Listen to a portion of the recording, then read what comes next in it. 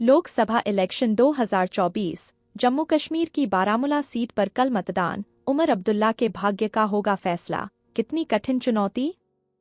Jammu Kashmir Lok Sabha election 2024 सोमवार को लोकसभा चुनाव के 5वें चरण का मतदान होना है। इस दौरान 8 राज्यों और केंद्र शासित प्रदेशों की 49 सीटों पर वोट डाले जाएंगे।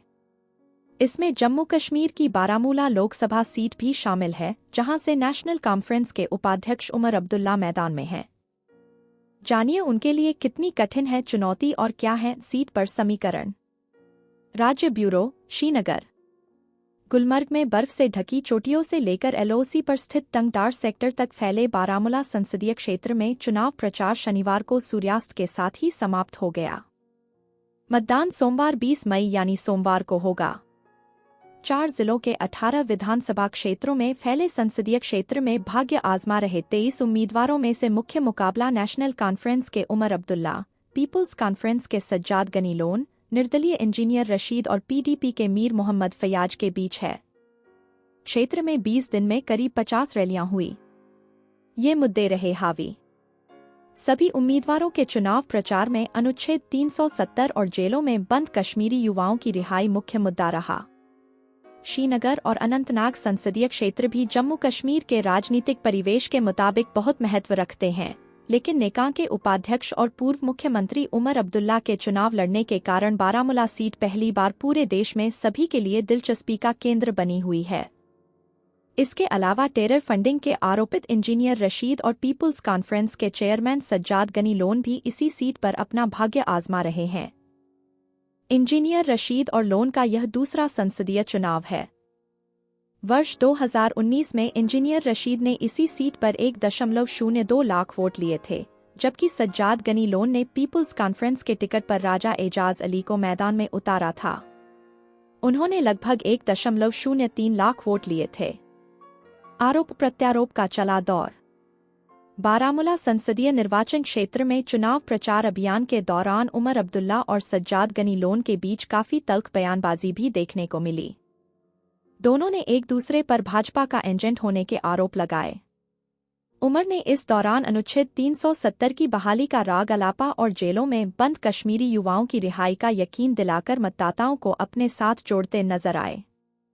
सज्जाद गनी लोन ने कहा कि मैं नेकां, पीडीपी, कांग्रेस की शोषण की राजनीति को समाप्त करना चाहता हूं। नया कश्मीर देखना चाहता हूं। पीडीपी उम्मीदवार मीर मोहम्मद फयाज भी अनुच्छेद 370 का जिक्र करते नजर आए। उन्होंने भाजपा पर कश्मीर के हितों को नुकसान पहुंचाने का आरोप लगाया। वह भी सज्जाद गनी लोन को भाजपा का सहयोगी दल बताने से नहीं चुके। उमर अब्दुल्ला को कांग्रेस का समर्थन प्राप्त है, जबकि सज्जाद गनी लोन को जम्मू अपनी पार्टी का प्रत्यक्ष और भाजपा का परोक्ष समर्थन प्राप्त है। कांग्रेस के वरिष्ठ नेता भी उमर के समर्थन में प्रचार कर रहे हैं। पहली बार श्रीनगर से बाहर। पहली बार बारामूला से चुनाव लड़ रहे उमर नेकां के उपाध्यक्ष उमर अब्दुल्ला के लिए यह चौथा संसदीय चुनाव है। उन्होंने 1998, 1999 और वर्ष 2004 में श्रीनगर सीट से चुनाव लड़ा और जीता। वह श्रीनगर संसदीय क्षेत्र से बाहर किसी अन्य सीट से पहली बार संसदीय चुनाव लड़ रहे हैं। राज्य ब्यूरो, श्रीनगर। गुलमर्ग में बर्फ से ढकी चोटियों से लेकर एलओसी पर स्थित टंगडार सेक्टर तक फैले बारामूला संसदीय क्षेत्र में चुनाव प्रचार शनिवार को सूर्यास्त के साथ ही समाप्त हो गया। मतदान सोमवार 20 मई यानी सोमवार को होगा। Lok Sabha election banner.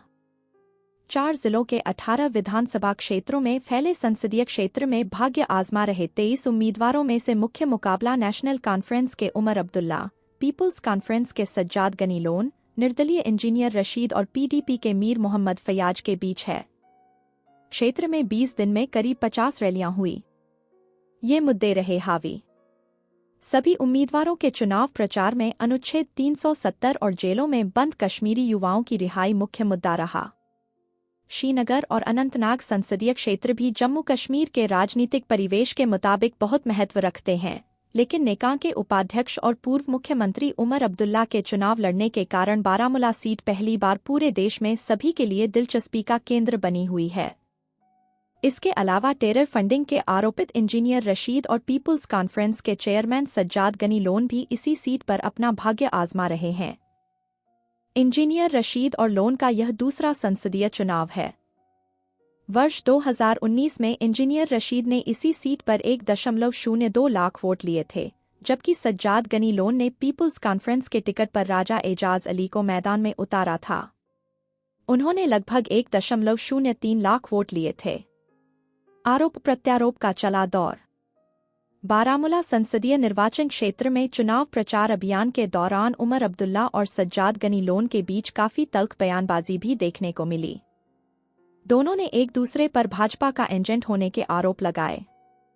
उमर ने इस दौरान अनुच्छेद 370 की बहाली का राग अलापा और जेलों में बंद कश्मीरी युवाओं की रिहाई का यकीन दिलाकर मतदाताओं को अपने साथ जोड़ते नजर आए।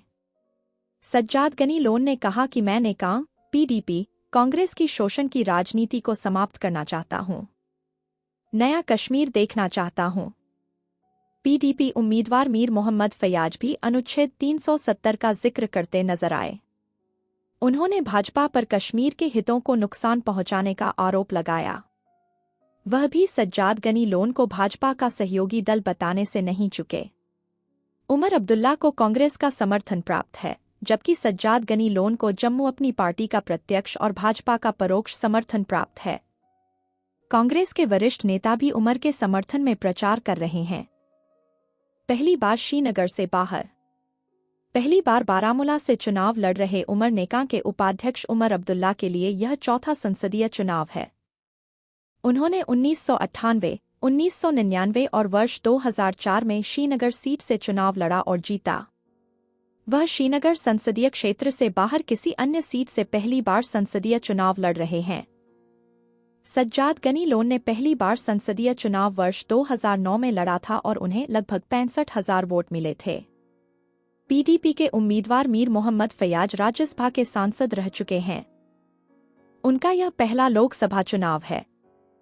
सज्जाद, फैयाज और इंजीनियर रशीद तीनों ही जिला कुपवाड़ा के रहने वाले हैं। तीनों उम्मीदवारों की रैलियों और बैठकों में भारी भीड़ उमड़ रही है। बड़ा उलटफेर कर सकते रशीद। तिहाड़ जेल में बंद इंजीनियर रशीद के चुनाव प्रचार की कमान उनके पुत्र अबरार रशीद ने संभाल रखी है। उन्हें पूर्व विधायक शोएब लोन का भी समर्थन है और अब पूर्व मुख्यमंत्री गुलाम नबी आजाद की पार्टी डीपीएपी भी उनका समर्थन कर रही है। इंजीनियर रशीद के समर्थन में हो रही रैलियों में युवाओं की भीड़ ज्यादा है। इंटरनेट मीडिया पर उनके समर्थक जमकर प्रचार कर रहे हैं। उनका एक नारा है, जेल का बदला वोट से लेंगे। उनकी रैलियों में भीड़ को देखते हुए स्थानीय राजनीतिक विश्लेषक दावा कर रहे हैं कि वह बड़ा उलटफेर कर सकते हैं।